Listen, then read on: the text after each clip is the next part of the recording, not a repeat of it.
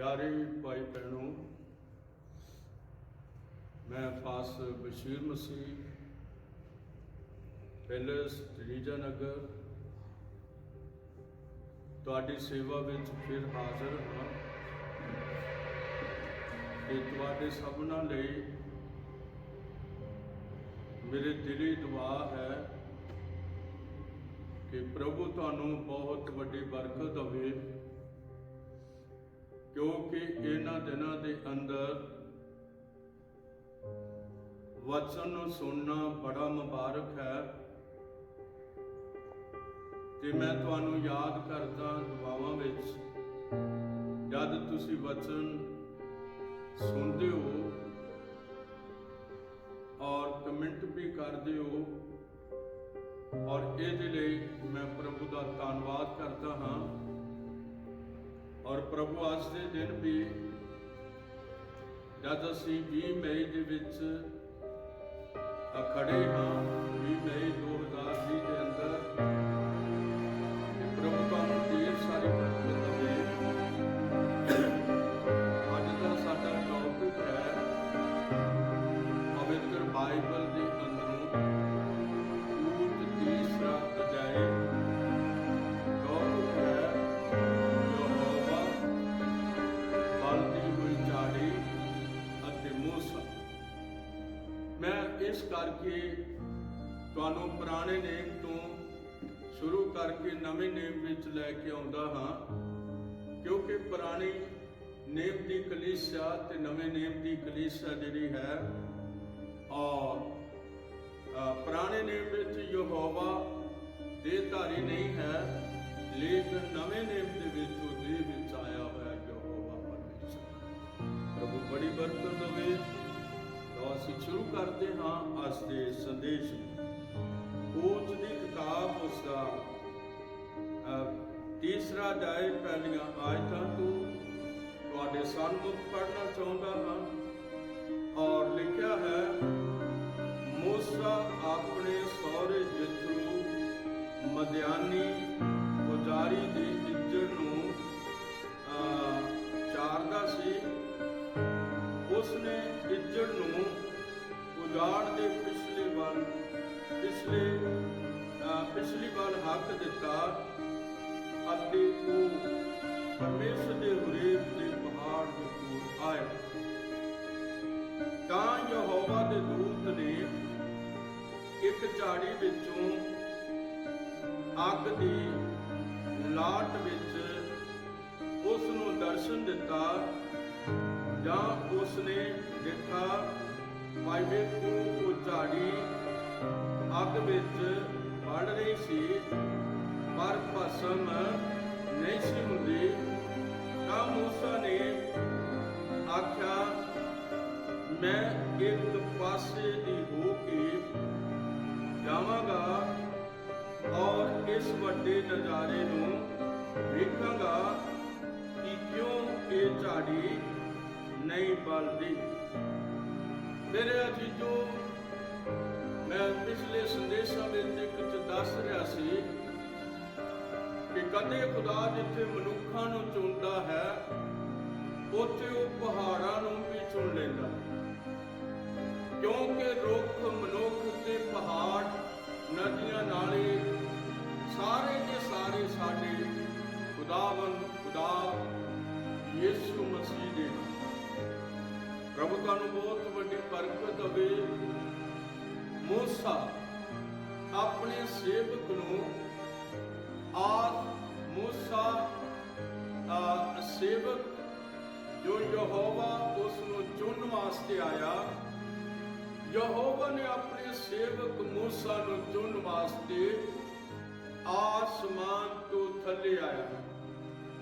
और जब आसमान तो थले आया है और वो होर भी पहाड़ां दे नेड़े जा सकदा सी, पर मूसा की चोण करन वास्ते वो हुरेब दे पहाड़ दे उत्ते आउंदा है। और जद हुरेब दे पहाड़ दे उत्ते आउंदा है और वो एक झाड़ी विच यहोवा बैठदा है ਔਰ ਝਾੜੀ ਜਿਹੜੀ ਆ ਉਹ ਅੱਗ ਦੇ ਨਾਲ ਬਲ ਜਾਣੀ ਸ਼ੁਰੂ ਹੁੰਦੀ ਹੈ। ਔਰ ਇਸੇ ਅਧਿਆਇ ਦੇ ਅੰਦਰ ਲਿਖਿਆ ਯਹੋਵਾ ਦਾ ਦੂਤ। ਯਹੋਵਾ ਦਾ ਦੂਤ ਅਸਲ 'ਚ ਯਹੋਵਾ ਹੀ ਹੁੰਦਾ ਹੈ। ਇਹ ਥੋੜਾ ਜਿਹਾ, ਕਿਉਂਕਿ ਕਦੇ ਉਹ ਯਹੋਵਾ ਦਾ ਦੂਤ ਕਰਕੇ ਕਹਿੰਦਾ ਹੈ, ਕਦੇ ਯਹੋਵਾ ਕਹਿੰਦਾ ਹੈ, ਇਹ ਇੱਕ ਹੀ ਹੈ। ਪ੍ਰਭੂ ਬਹੁਤ ਵੱਡੀ ਬਰਕਤ ਦੇਵੇ। ਕਈਆਂ ਨੂੰ ਭੁਲੇਖੇ ਲੱਗੇ ਹੋਣਗੇ ਵੀ ਪਤਾ ਨਹੀਂ ਯਹੋਵਾ ਦਾ ਦੂਤ ਸੀ ਝਾੜੀ ਵਿੱਚ ਕਿ ਯਹੋਵਾ ਸੀ। ਮੈਂ ਬੇਨਤੀ ਕਰਦਾ, ਯਹੋਵਾ ਹੈ ਔਰ ਯਹੋਵਾ ਹੀ ਯਹੋਵਾ ਦਾ ਦੂਤ ਹੈ। ਇਸ ਕਰਕੇ ਮੇਰੇ ਅਜ਼ੀਜ਼ੋ, ਇੱਥੇ ਲਿਖਿਆ ਹੈ, ਤਾਂ ਮੂਸਾ ਨੇ ਆਖਿਆ, ਮੈਂ ਇੱਕ ਪਾਸੇ ਦੀ ਹੋ ਕੇ ਜਾਵਾਂਗਾ ਔਰ ਇਸ ਵੱਡੇ ਨਜ਼ਾਰੇ ਨੂੰ ਵੇਖਾਂਗਾ, ਕਿਉਂ ਜੋ ਇਹ ਝਾੜੀ ਨਹੀਂ ਸੜਦੀ। ਜਾਂ ਯਹੋਵਾ ਨੇ ਵੇਖਿਆ ਕਿ ਉਹ ਵੇਖਣ ਨੂੰ ਇੱਕ ਪਾਸੇ ਨੂੰ ਮੁੜਿਆ, ਤਾਂ ਪਰਮੇਸ਼ਰ ਨੇ ਉਸ ਝਾੜੀ ਦੇ ਵਿੱਚੋਂ ਪੁਕਾਰ ਕੇ ਉਸ ਨੂੰ ਆਖਿਆ, ਹੇ ਮੂਸਾ, ਹੇ ਮੂਸਾ। ਤਾਂ ਉਸ ਆਖਿਆ, ਮੈਂ ਹਾਜ਼ਰ ਹਾਂ। ਫਿਰ ਉਸ ਆਖਿਆ, ਇਧਰ ਨੇੜੇ ਨਾ ਆ, ਆਪਣੇ ਪੈਰਾਂ ਤੋਂ ਜੁੱਤੀ ਲਾ ਦੇ, ਕਿਉਂ ਜੋ ਇਹ ਥਾਂ ਜਿੱਥੇ ਤੂੰ ਖੜਾ ਹੈ ਪਵਿੱਤਰ ਭੂਮੀ ਹੈ। ਨਾਲੇ ਉਸ ਆਖਿਆ, ਮੈਂ ਤੇਰੇ ਪਿਤਾ ਦਾ ਪਰਮੇਸ਼ਵਰ, ਅਬਰਾਹਮ ਦਾ ਪਰਮੇਸ਼ਵਰ, ਇਸਹਾਕ ਦਾ ਪਰਮੇਸ਼ਵਰ ਅਤੇ ਯਾਕੂਬ ਦਾ ਪਰਮੇਸ਼ਵਰ। ਜਦ ਇਹ ਮਤਲਬ ਖੁਦਾ ਨੇ ਆਪਣਾ ਐਡਰੈਸ ਉਹਨੂੰ ਦੇ ਦਿੱਤਾ ਔਰ ਉਸਨੇ ਕਿਹਾ, ਮੈਂ ਤੇਰੇ ਪਿਤਾ ਦਾ ਪਰਮੇਸ਼ਵਰ, ਅਬਰਾਹਮ ਦਾ ਪਰਮੇਸ਼ਵਰ, ਇਸਹਾਕ ਦਾ ਪਰਮੇਸ਼ਵਰ ਅਤੇ ਯਾਕੂਬ ਦਾ ਪਰਮੇਸ਼ਵਰ। ਜਦ ਮੂਸਾ ਦੇ ਕੰਨਾਂ ਵਿੱਚ ਆਵਾਜ਼ ਪਈ ਤਾਂ ਮੂਸਾ ਮੂੰਹ ਭਰਨੇ ਡਿੱਗ ਪਿਆ ਔਰ ਉਹ ਡਰ ਰਿਹਾ ਸੀ, ਮੈਂ ਕਿਤੇ ਮਾਰ ਨਾ ਜਾਵਾਂ। तो मेरे अजीजों, ये दिन बड़ा मुबारक सी जिस दिन मूसा नूं यहोवा परमेश्वर ने डेडिकेट करना सी, उसनूं मसा करना सी। कादे वास्ते? एक बड़े वड्डे काम दे वास्ते कि जिहड़े लखां लोग मिस्र दी गुलामी विच सन, उन्हां नूं बाहर कड्ढण वास्ते, मिस्र दे विचों बाहर कड्ढण वास्ते और कनान दी धरती विच खड़न वास्ते ਇਹ ਇੱਕ बड़ा ਵੱਡਾ ਕੰਮ ਸੀ ਜਿਹੜਾ मूसा ਨੂੰ ਉਸਨੇ ਸੌਂਪਣਾ ਸੀ।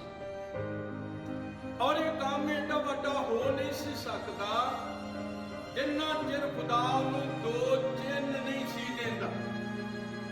ਔਰ ਇਹ ਦੋ ਚਿੰਨ ਜਿਹੜੇ ਨੇ ਇਹ ਜੇਤੂ ਨਿਸ਼ਾਨ ਹੈ।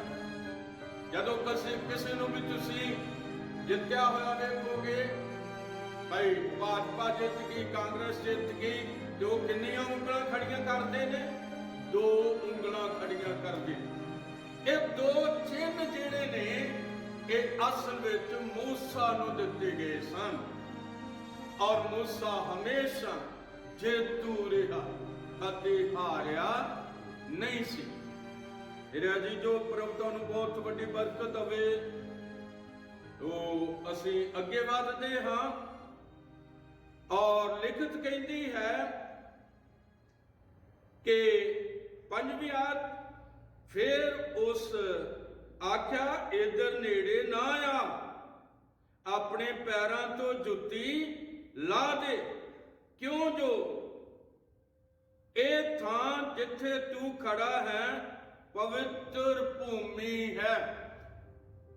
ਅਸੀਂ ਦੇਖਦੇ ਹਾਂ ਜੁੱਤੀ ਕਿਹਨੂੰ ਬਿਆਨ ਕਰਦੀ ਹੈ? ਜੁੱਤੀ ਆਦਮੀ ਦੀ ਸਮਝ ਨੂੰ ਬਿਆਨ ਕਰਦੀ। ਤੁਸੀਂ ਕਹੋਗੇ ਉਹ ਸਮਝ ਤੇ ਸਿਰ 'ਚ ਹੁੰਦੀ ਆ, ਤੇ ਪੈਰੀ ਜੁੱਤੀ ਦਾ ਮਤਲਬ ਕੀ ਹੈ? ਯਾਦ ਰੱਖੋ, ਦਿਮਾਗ ਚੱਲਦਾ ਹੈ ਜਦੋਂ ਆਦਮੀ ਨੇ ਬਾਹਰ ਜਾਣਾ ਹੈ ਔਰ ਕਿਸੇ ਕੰਮ ਨੂੰ ਜਾਣਾ ਹੈ ਤੇ ਉਹਨੇ ਕੀ ਕਰਨਾ ਹੈ? ਜੁੱਤੀ ਪਾਉਣੀ ਹੈ। ਪਰ ਜਦੋਂ ਖੁਦਾ ਦੀ ਹਜ਼ੂਰੀ ਵਿੱਚ ਆਉਣਾ ਹੈ ਤੇ ਉਹਨੇ ਪੈਰਾਂ ਤੋਂ ਜੁੱਤੀ ਲਾ ਦੇਣੀ ਹੈ ਵੀ ਪ੍ਰਭੂ ਜੋ ਕੁਝ ਤੂੰ ਕਹੇ ਉਹਨੂੰ ਮੈਂ ਮੰਨਾਂਗਾ। ਇਸੇ ਕਰਕੇ ਲੋਕ ਪੈਰਾਂ ਤੋਂ ਜੁੱਤੀ ਲਾ ਕੇ ਸਿਰ ਝੁਕਾਉਂਦੇ ਨੇ ਆਪਣੇ ਯਹੋਵਾ ਪਰਮੇਸ਼ਵਰ ਦੇ ਅੱਗੇ। ਪ੍ਰਭੂ ਬਹੁਤ ਵੱਡੀ ਬਰਕਤ ਦੇਵੇ। ਤੋ ਇਸ ਗੱਲ ਨੂੰ ਮੈਂ ਤੁਹਾਡੇ ਸਾਹਮਣੇ ਲੈ ਕੇ ਆਇਆ ਹਾਂ। ਖੁਦਾ ਦਾ ਸੇਵਕ ਮੂਸਾ ਮੂੰਹ ਪਰ ਨੇ ਡਿੱਗਿਆ ਹੋਇਆ ਹੈ, ਕਿਉਂ ਜੋ ਉਹ ਪਰਮੇਸ਼ਵਰ ਵੱਲ ਵੇਖਣ ਤੋਂ ਡਰਦਾ ਸੀ। ਯਹੋਵਾ ਨੇ ਆਖਿਆ, ਮੈਂ ਆਪਣੀ ਪਰਜਾ ਦੀ ਮੁਸੀਬਤ ਜਿਹੜੀ ਮਿਸਰ ਵਿੱਚ ਹੈ ਸੱਚਮੁੱਚ ਵੇਖਿਆ ਹੈ, ਅਤੇ ਉਹਨਾਂ ਦੀ ਦੁਹਾਈ ਜੋ ਉਹਨਾਂ ਤੋਂ ਵਿਗਾੜ ਕਰਾਉਣ ਵਾਲਿਆਂ ਦੇ ਕਾਰਨ ਹੈ ਸੁਣੀ ਹੈ, ਕਿਉਂ ਜੋ ਮੈਂ ਉਹਨਾਂ ਦੇ ਦੁੱਖਾਂ ਨੂੰ ਜਾਣਦਾ ਹਾਂ। ਖੁਦਾ ਬੜੇ ਚਿਰ ਤੋਂ ਉਹਨਾਂ ਦੇ ਦੁੱਖਾਂ ਨੂੰ ਜਾਣ ਰਿਹਾ ਸੀ, ਲੇਕਿਨ ਇੱਕ ਬੰਦੇ ਦੀ ਉਡੀਕ ਕਰ ਰਿਹਾ ਸੀ। ਇਹ ਬੰਦਾ ਕੌਣ ਸੀ? ਇਹਨੇ ਬੜੇ ਮਸਾ ਦੇ ਥੱਲੇ ਜਨਮ ਲੈਣਾ ਸੀ। ਇਸ ਨੇ ਬੜੇ ਜ਼ਬਰਦਸਤ ਮਸਾ ਦੇ ਥੱਲੇ ਜਨਮ ਲੈਣਾ ਸੀ, ਔਰ ਇਸੇ ਕਰਕੇ ਅਮਰਾਮ ਮੂਸਾ ਦਾ ਡੈਡੀ ਬਹੁਤ ਦੁਆ ਕਰਦਾ ਹੈ, ਬਹੁਤ ਦੁਆ ਕਰਦਾ ਹੈ। ਔਰ ਮੂਸਾ ਦੀ ਮਾਂ ਯੋਬੇਕਦੇ ਨੂੰ ਅਮਰਾਮ ਕਹਿੰਦਾ ਹੈ, ਯੋਬੇਕਦੇ ਤੂੰ ਥੱਲੇ ਰਹਿਣਾ ਹੈ, ਹਰੂਨ ਅਤੇ ਮਰੀਮ ਨੂੰ ਸੰਭਾਲਣਾ ਹੈ, ਮੈਂ ਉੱਪਰ ਜਾਂਦਾ ਹਾਂ।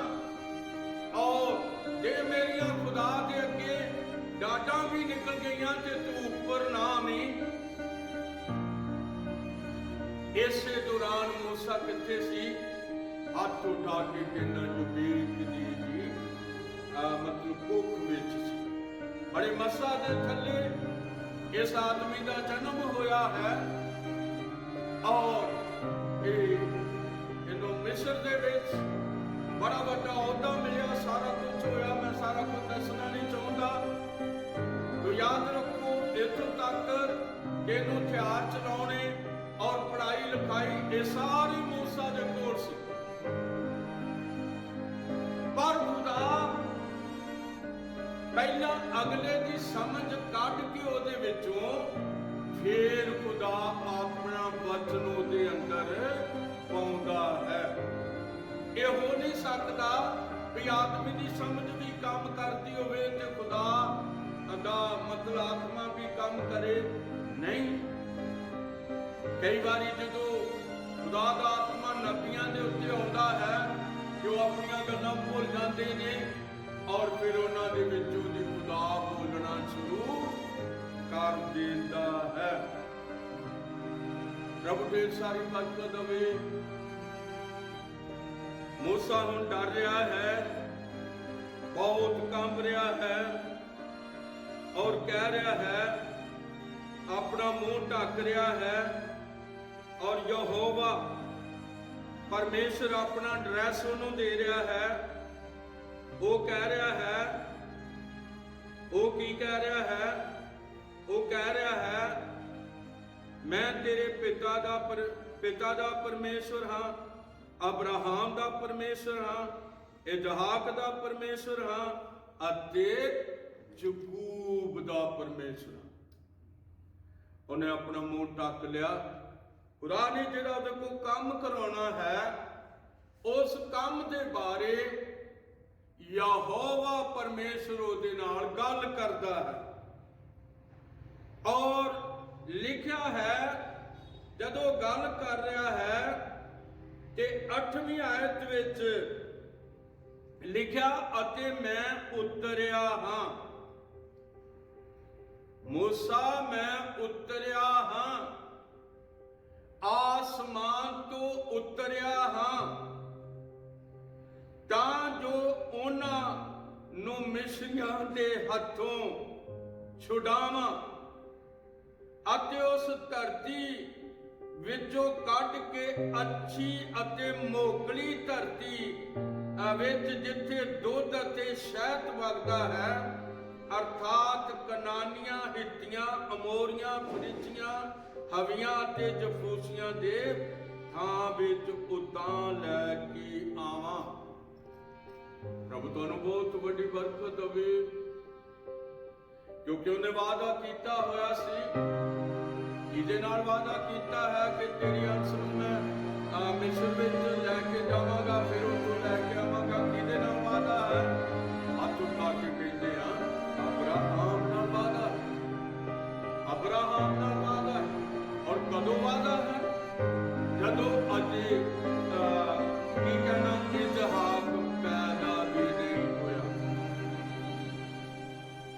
ਔਰ मूसा अजे बड़ी दूर जाके पैदा होने वाला। इज़हाक जिस दे बारे अजे वादा कीता है कि मैं तेरी किन्नी कंस कर जावांगा। इज़हाक और इस वादे दे अंदर 25 साल का फर्क है। मूसा 75 वरे का है जो वादा हुंदा है, और जो ये वादा पूरा हुंदा है, मैं हाथ उठा के कहना उस वेले अब्राहम 100 साल का। वादा खुदा करता है और फिर उसनू पूरा भी करता है। ਹੁਣ मैं ਤੁਹਾਡੇ ਨਾਲ ਛੇਤੀ ਉੱਥੇ ਚਲਾ ਜਾਣ ਵਾਲਾ ਹਾਂ ਜਿੱਥੇ खुदा अब्राहम ਦੇ ਨਾਲ ਬੋਲ ਰਿਹਾ ਹੈ। खुदा अब्राहम ਦੇ ਨਾਲ ਬੋਲ ਰਿਹਾ ਹੈ। और ਇੱਥੇ अब्राहम अपने परमेश्वर नाल गिला कर लिया, अपने आप विच बहुत दुखी आ, गिला कर लिया। की गिला है? उत्पत्ति 15 का। इन्हां गल्लां दे मगरों यहोवा दा वचन अब्राहम दे कोल दर्शन विच आया कि ना डर अब्राहम, मैं तेरी ढाल हां ਅਤੇ ਤੇਰਾ ਅਤ ਵੱਡਾ ਅਜਰ ਹਾਂ। ਉਪਰੰਤ ਅਬਰਾਹਮ ਨੇ ਆਖਿਆ, हे ਯਹੋਵਾ ਪ੍ਰਭੂ ਤੂੰ ਮੈਨੂੰ ਕੀ ਦੇਵੇਂਗਾ, ਕਿਉਂ ਜੋ ਮੈਂ ਆਉਤ ਜਾਂਦਾ ਹਾਂ, ਮੇਰੇ ਕੋਲ ਕੋਈ ਬੱਚਾ ਨਹੀਂ, ਮੈਂ ਆਉਤ ਜਾਂਦਾ ਬੱਚਿਆਂ ਤੋਂ ਬਿਨਾਂ ਹੀ ਜਾਂਦਾ 75 ਸਾਲ ਦਾ ਹੋ ਗਿਆ। ਔਰ ਯਾਦ ਰੱਖੋ, मैं आउत जाता हाँ, तू मैनू की देवेगा, अते मेरे घर का वारस दमिश्की अलीअजर होवेगा। नाले अब्राहम ने आख्या, वेख तू मैनू कोई अंश ना दिती, और वेख मेरा घर दा मेरा वारस होवेगा। जदों असीं गल्लां करते हाँ, अपने परमेश्वर नाल गिले करते हाँ जां उहनूं दसदे हाँ, ते लिखिया रब सचमुच उसदी सुनदा है, दुआ जो उस तो मंगदा है। और उस वेले यहोवा परमेश्वर दर्शन दे अंदर अब्राहम दे तंबू विच आ गया है। और लिखा था, वेखो यहोवा दा वचन ओदे कोल आया कि ए तेरा वारस ना होवेगा, पर ओ जो तेरे तुखम ਕੁੱਖ ਵਿੱਚੋਂ ਨਿਕਲੇਗਾ ਤੇਰਾ ਵਾਰਿਸ ਹੋਵੇਗਾ। ਤਾਂ ਉਸ ਨੂੰ ਬਾਹਰ ਲੈ ਗਿਆ। ਅਬਰਾਹਮ ਨੂੰ ਯਹੋਵਾ ਪਰਮੇਸ਼ਰ ਬਾਹਰ ਲੈ ਗਿਆ, ਤੰਬੂ ਤੋਂ ਬਾਹਰ ਆ, ਔਰ ਉਸ ਆਖਿਆ ਆਕਾਸ਼ ਵੱਲ ਨਿਗਾਹ ਮਾਰ ਔਰ ਤਾਰੇ ਗਿਣ, ਜੇ ਤੂੰ ਇਹਨਾਂ ਨੂੰ ਗਿਣ ਸਕਦਾ ਹੈ। ਔਰ ਫਿਰ ਉਸਨੇ ਉਹਨੂੰ ਆਖਿਆ ਇੰਨੀ ਹੀ ਤੇਰੀ ਅੰਸ਼ ਹੋਵੇਗੀ, ਤਾਰਿਆਂ ਜਿੰਨੀ ਤੇਰੀ ਅੰਸ਼ ਹੋਵੇਗੀ। ਅਬਰਾਹਮ ਤੂੰ ਤਾਰਿਆਂ ਨੂੰ ਗਿਣ ਸਕਦਾ ਹੈ? ਅਬਰਾਹਮ ਨਹੀਂ ਗਿਣ ਸਕਦਾ। ਮੇਰੇ ਅਜੀਜ਼ੋ, ਇਸ ਦੁਨੀਆ ਦਾ ਕੋਈ ਕੰਪਿਊਟਰ ਵੀ ਤਾਰੇ ਨਹੀਂ ਗਿਣ ਸਕਦਾ, ਕੋਈ ਵੀ ਨਹੀਂ ਗਿਣ ਸਕਦਾ। ਔਰ ਕਿਉਂ ਕਿਹਾ ਕਿ ਤੇਰੀ ਅੰਸ਼ ਤਾਰਿਆਂ ਵਾਂਗਰ ਹੋਵੇਗੀ। ਪ੍ਰਭੂ ਬਹੁਤ ਵੱਡੀ ਬਰਕਤ ਹੋਵੇ। ਤੋਂ ਅਸੀਂ ਦੇਖਦੇ ਹਾਂ ਕਿ ਇੱਕ ਆਇਤ ਖਾਸ ਰਹਿ ਗਈ ਆ, ਉਸ ਨੂੰ ਪੜ੍ਹ ਕੇ ਅਸੀਂ ਫਿਰ ਅੱਗੇ ਚੱਲਾਂਗੇ। ਔਰ ਇਹ 5ਵੀਂ ਔਰ 6ਵੀਂ ਔਰ ਲਿਖਿਆ ਹੈ ਕਿ ਇਹ 6ਵੀਂ ਆਇਤ, ਉਸਨੇ ਯਹੋਵਾ ਦੀ ਪ੍ਰਤੀਤ ਕੀਤੀ ਅਤੇ ਉਸਨੇ ਉਹਦੇ ਲਈ ਇਸ ਗੱਲ ਨੂੰ ਧਰਮ ਗਿਣਿਆ ਅਤੇ ਉਸਨੇ ਉਹਨੂੰ ਆਖਿਆ ਮੈਂ ਯਹੋਵਾ ਹਾਂ ਜੋ ਤੈਨੂੰ ਕਸਤੀਆਂ ਦੇ ਦੇਸ਼ ਤੋਂ ਕੱਢ ਕੇ ਲੈ ਕੇ ਆਇਆ, ਤਾਂ ਰਾਜੇ ਤਾਂ ਜੋ ਮੈਂ ਤੈਨੂੰ ਇਹ ਧਰਤੀ ਤੇਰੀ ਮਿਲਕ ਹੋਣ ਲਈ ਦਿਆਂ। ਤਾਂ ਉਸਨੇ ਆਖਿਆ हे ਪ੍ਰਭੂ ਯਹੋਵਾ, ਮੈਂ ਕਿਸ ਤਰ੍ਹਾਂ ਜਾਣਾ ਕਿ ਮੈਂ ਉਹਨੂੰ ਮਿਲਕ ਵਿੱਚ ਲੈ ਲਵਾਂਗਾ। ਤੇਰਾ ਜੀ ਜੋ ਖੁਦਾ ਸੱਚਾ ਹੈ, ਔਰ ਮੁਬਾਰਕ ਉਹ ਲੋਕ ਨੇ ਜਿਹੜੇ ਉਹਦੇ ਵਚਨ ਦੀ ਸੱਚਾਈ ਨੂੰ ਜਾਣ ਜਾਂਦੇ, ਔਰ ਮੁਬਾਰਕ ਉਹ ਲੋਕ ਨੇ ਜਿਨ੍ਹਾਂ ਤੇ ਸੱਚਾਈ ਵਚਨ ਦੀ ਸੱਚਾਈ ਪ੍ਰਗਟ ਹੋ ਜਾਂਦੀ ਹੈ। ਇਸ ਕਰਕੇ ਦੋ ਚਿੰਨ੍ਹ मूसा जो दूर जाके अजे उसने पैदा होना है, उसनू दो चिन्ह दे दिते गए ने भाई वो मिस्र विचों इसराइलियां नू बाहर कढ के लैके आवे। वो प्रभु बहुत वड्डी बरकत होवे। समय बहुत जल्दी निकल जाते ने। ਹੁਣ ਅਸੀਂ ਵੇਖਦੇ ਹਾਂ ਕਿ ਉਹ ਝਾੜੀ ਜਿਹਨੂੰ ਮੂਸਾ ਨੇ ਵੇਖਿਆ ਔਰ ਉੱਥੇ ਉਹਨੇ ਯਹੋਵਾ ਨੂੰ ਸੁਣਿਆ, ਮੈਂ ਵੀ ਉਸ ਝਾੜੀ ਦੇ ਲਾਗੇ ਜਾ ਕੇ ਖਲੋਤਾ। ਇਹ ਹੁਰੇਬ ਪਹਾੜ ਦੀ ਝਾੜੀ ਦੇ ਲਾਗੇ ਜਾ ਕੇ ਮੈਂ ਖਲੋਤਾ ਹਾਂ। ਔਰ ਡੇਟ ਦੱਸਣੀ ਚਾਹੁੰਦਾ ਕਦੋਂ? ਮਈ ਜੂਨ ਦੀ 1 ਤਰੀਕ 2012 ਜੂਨ 1 ਤਰੀਕ ਮੈਂ ਸੀਨਾ ਦੇ ਪਹਾੜ ਨੂੰ ਵੇਖ ਕੇ ਅਸੀਂ ਫਿਰ ਹੁਰੇਬ ਦੇ ਪਹਾੜ ਨੂੰ ਵੇਖਣ ਵਾਸਤੇ ਚਲੇ ਗਏ। ਔਰ ਉਹ ਝਾੜੀ ਅਜੇ ਤੱਕ ਹਰੀ ਹੈ। ਕਿੰਨੇ 100 ਸਾਲ ਹੋ ਗਏ ਨੇ? 3500 ਸਾਲ ਹੋ ਗਏ ਨੇ। ਉਹ ਝਾੜੀ ਅਜੇ ਵੀ ਹਰੀ ਭਰੀ ਹੈ। ਪਰ ਜਦ ਯਹੋਵਾ ਪਰਮੇਸ਼ਰ ਦੇਹ ਦੇ ਵਿੱਚ ਆਇਆ, ਜਦ ਉਹ ਦੇਹਧਾਰੀ ਹੋਇਆ, ਔਰ ਮੈਂ ਦੱਸਣਾ ਚਾਹੁੰਦਾ ਫਿਰ ਉਹ ਕੁਝ ਰੁੱਖਾਂ ਦੇ ਥੱਲੇ ਆਰਾਮ ਕਰਦਾ ਰਿਹਾ। ਇਹ ਰੁੱਖ ਕਿੱਥੇ ਨੇ?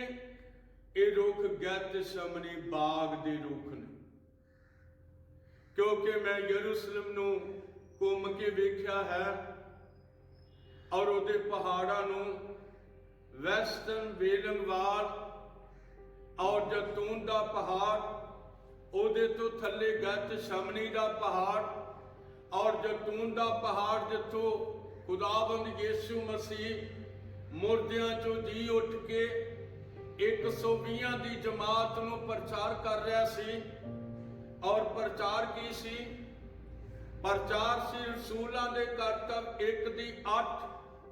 ਔਰ ਲਿਖਿਆ ਹੈ, ਜਾਂ ਪਵਿੱਤਰ ਆਤਮਾ ਤੁਹਾਡੇ ਉੱਤੇ ਆਵੇਗਾ, ਫਿਰ ਤੁਸੀਂ ਸ਼ਕਤੀ ਪਾਓਗੇ, ਫਿਰ ਤੁਸੀਂ ਯਰੂਸ਼ਲਮ, ਯਹੂਦੀਆ, ਸਾਮਰੀਆ, ਸਗੋਂ ਧਰਤੀ ਦੇ ਬੰਨਿਆਂ ਤੱਕ ਮੇਰੇ ਗਵਾਹ ਹੋਵੋ। ਇਸ ਜੈਤੂਨ ਦੇ ਪਹਾੜ ਤੋਂ ਥੱਲੇ ਮੈਂ ਹੱਥ ਉਠਾ ਕੇ ਕਹਿਣਾ, ਗੈਤਸਮਨੀ ਦਾ ਬਾਗ ਹੈ। ਰੁੱਖਾਂ ਮਨੁੱਖਾਂ ਦੀ ਗੱਲ, ਯਹੋਵਾ ਪਰਮੇਸ਼ਵਰ ਯਿਸੂ ਦੀ ਗੱਲ। ਮੇਰੇ ਅਜੀਬ, ਜਦੋਂ ਯਿਸੂ ਮਸੀਹ ਕਦੇ ਵੀ ਗਲੀਲ ਦੇ ਪਾਸੇ ਤੋਂ ਯਰੂਸ਼ਲਮ ਵੱਲ ਨੂੰ ਜਾਂਦਾ ਸੀ ਤੇ ਉਹਦੇ ਕੋਲ 2 ਟਿਕਾਣੇ ਹੁੰਦੇ ਸੀ ਰਹਿਣ ਦੇ। ਇੱਕ ਤੇ ਬੈਤਨੀਆ ਪਿੰਡ, ਜਿੱਥੇ ਲਾਜ਼ਰ, ਮਾਰਥਾ, ਮਰੀਅਮ ਰਹਿੰਦੇ ਸਨ, ਜਾਂ ਉੱਥੇ ਟਿਕਦਾ ਸੀ, ਜਾਂ ਫਿਰ ਉਹ ਗੈਤਸਮਨੀ ਬਾਗ ਦੇ ਥੱਲੇ ਆ ਜਾਂਦੇ ਸਨ ਔਰ ਉੱਥੇ ਰਾਤਾਂ ਗੁਜ਼ਾਰਦੇ ਸਨ। ਮੇਰੇ ਅਜੀਜ਼ੋ, 30 ਮਈ 2012 ਸਵੇਰ ਦੇ ਸਮੇਂ ਜਦ 10 ਵਜੇ ਹੋਏ ਸਨ ਔਰ ਅਸੀਂ ਸਾਰੇ ਗੈਤਸਮਨੀ ਬਾਗ ਨੂੰ ਵੇਖਣ ਵਾਸਤੇ ਗਏ।